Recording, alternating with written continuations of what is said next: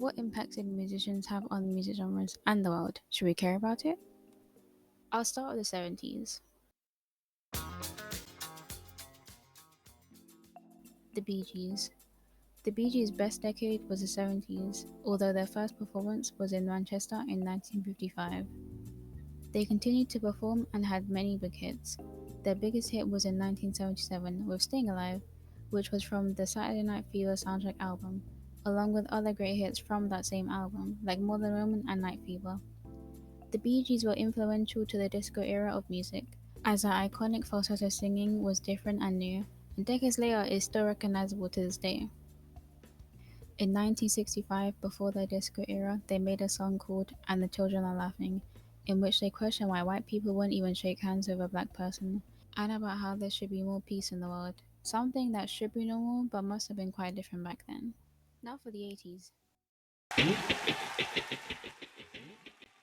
David Bowie. Most people know him for making pop music and going against the norm, but there's more to it. When he was just 17, he spoke out about sexism against young boys with long hair being discriminated, and told they looked like women and needed to cut their hair. Some even lost their jobs for it. He started an organization and spoke out about it on the BBC in 1964. So, with the nucleus of some of his friends, a 17-year-old Davy Jones has just founded the Society for the Prevention of Cruelty to Long-Haired Men. But does this surprise you that you get this kind of comment? Because after all, you have got really rather long hair, haven't you? We have, yes. Yeah, it's not too bad, really. No, I like it, and I think we all like long hair. And we don't see why other people should persecute us because of this. This was only the start for him.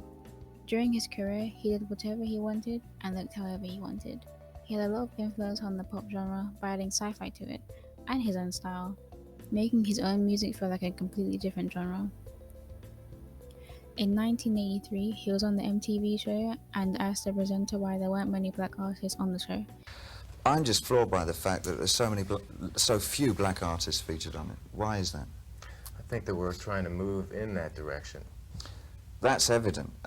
It's evident in the fact that the only few black artists that one does see are on about 2:30 in the morning or to around 6. Very few are featured predominantly during the day.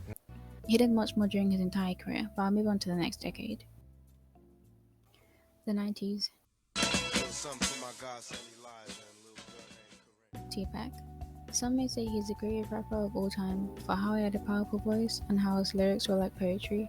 He used his voice to share how his life was like as a young black boy living in the ghetto. He told it like he meant it, because he did.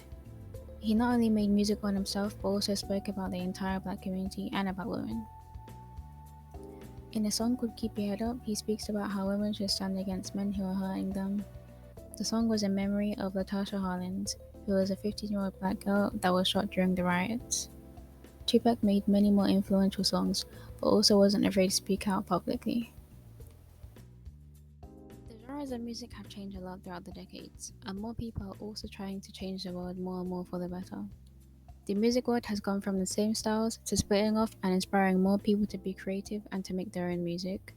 But also, musicians are speaking more on topics that aren't talked about enough, or things that people may never experience but can learn to understand. Music is needed in our world, and I hope to see more changes of genres of music, and for more musicians to speak out on problems that are wrong in the world. There's a reason why so many musicians are remembered, through their music and their beliefs.